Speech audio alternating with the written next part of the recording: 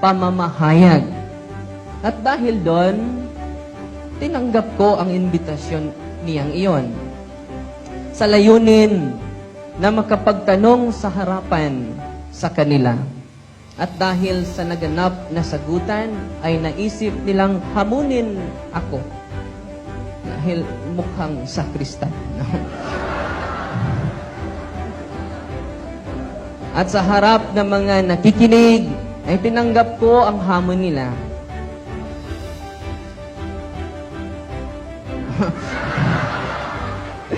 Kaya nung mga sumusunod na araw, ay kusa akong sinadya ng kanilang ministro doon sa kumbento ko para siguraduhin kung haharap ba talaga ako sa isang maginoong debate. O baka, sabi-sabi ko lang yon. Ayon pa sa kaniya, Padre, meron ka bang lakas ng loob na humarap sa national debater namin? At sabi ko sa kanya, bakit tumawag ka na sa akin ng Father? It is a mortal sin sa inyong doktrina, no?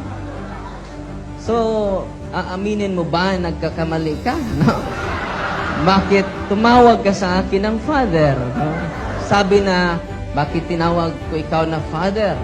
Dahil you are the father of Satan.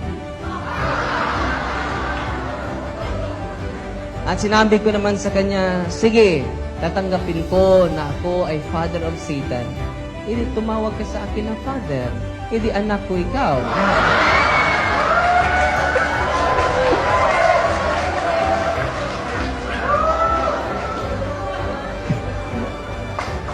Pinalitan na niya, no? Reverend. Oh, bakit hindi mo na ako tinawag na Father? No? Reverend, meron ka bang lakas ng loob na humarap sa national debater namin? Dahil yata siguro sa sobrang galak at tuwa, ay sinabi ko sa kanya, kahit founder nyo pa, susugod dito sa parokya ko, ay malugod kong haharapin para sa ikaliliwanag ng katwiran. Kung kayo nga ay tatag lang ng tao, ay confident na makipagtalakayan sa amin, abat dapat mas lalo na ako sapagkat kami ang tunay na Iglesia ni Cristo at hindi kayo. Pagkatapos noon, nagpirmahan kami sa specific na topic sa debate. On the following day, agad-agad, nandan na sila ng MOA, Memorandum of Agreement, na galing raw sa central office nila dahil sabik si Caramel Parba, uhaw na uhaw, na makaharap ako. Kaya para sa kanila, historical yon. Dahil walang pari, sabi niya, putig itlog ang mga pari, no? Sabi ko naman sa kanya, nakita mo? Mabuti na lang naputi ang amin sa inyo, itim. Nakalagay doon sa Memorandum of Agreement nila ang 3 kondisyon para matuloy talaga ang hinahangad nilang debate. Bago niya binigay ang Memorandum of Agreement galing sa central office nila, patutsyada pa niyang sinabi sa akin na pwede ka pang umatras, Reverend. Hindi na Father, no? Pwede ka nang umatras, Reverend. Pwede ka pang umatras, Reverend. Baka kakoy napipilitan ka lang. Batang-bata ka pa, Reverend. Sa pagkakaalam ko yata, ay first time mo itong makipagdebate at national debater pa talaga ang makakaharap mo. Meron ka pa namang oras na umayaw. Tapos pakunwari pa siya na ayaw niya akong umatras. Ay pinapirmahan pa niya sa akin ang hawak niyang MOA at sabay sabing, para masiguro naming hindi ka aatras. Nais kong pirmahan mo itong 3 kondisyon na hawak ako. So tinanong ko muna kung ano-ano ba ang mga kondisyong nais nila. Ang una ay dapat kanya-kanya daw kami ng sound system. Hindi mas mabuti dahil mas delikado kapag sila yung mag-provide. Baka habang nagsasalita ako ay bigla nilang patayin ang microphone ko, no? So, okay ako sa unang kondisyon. Pangalawa, kanya-kanya daw kami ng stage. Hindi ako pumayag dahil napakapangit namang tingnan na kanya-kanya kami ng stage. Kasi kapag kanya-kanya kami ng stage, sa stage pa lang, panalong-panalo na ako, no? Dahil maraming CWL na magaling mag-decorate sa parokya ko. Ano ba ang CWL? Katolikong Wailingaw, no? So, nag-suggest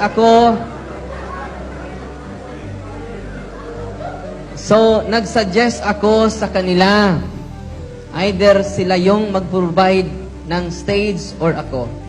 Tapos sabi niya, sila na lang daw bahala sa stage. Pumayag naman ako. Mabuti nga yon at makakatipid ako. No? Pangatlong kondisyon, bumira na naman siya ng patutsada at sabi niya sa akin, pwede ka pang umatras, Reverend. Baka naman kasi napipilitan ka lang. Uulitin ko, Reverend, na batang-bata ka pa at first time mo pa itong humaharap sa isang maginoong debate. At national debater pa, kaagad ang makakaharap mo. Kaya habang may oras pa, ay pwede ka pang umatras. At dahil patutsadang ginawa niya, ay mas naka-interest ako sa pangatlong kondisyon na nasasabing memorandum. Sabi niya, ito yung pangatlong kondisyon, merong multang babayaran. Ang hindi sisipot sa araw ng debate, 25,000 ang multa nito.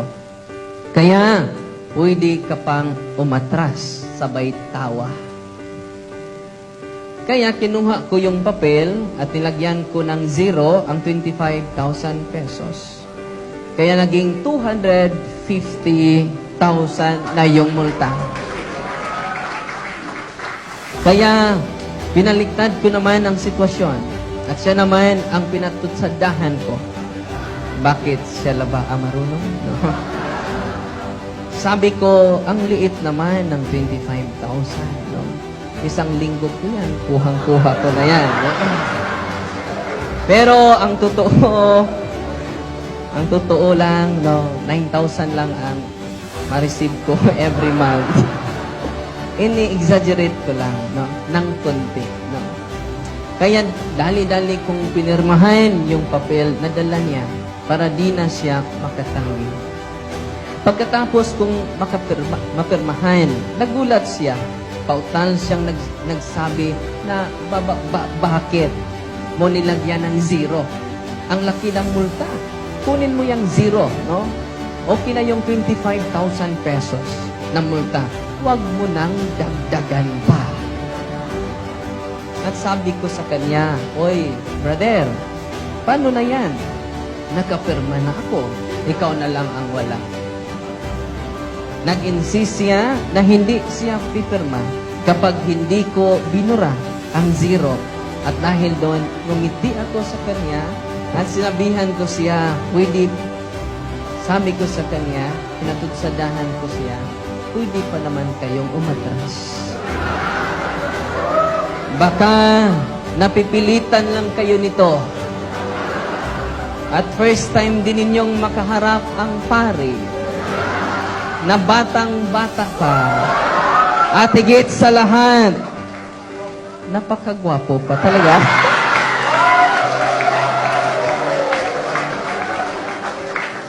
At dahil doon, napilitan siyang pumirma kahit labag sa kanyang kalooban.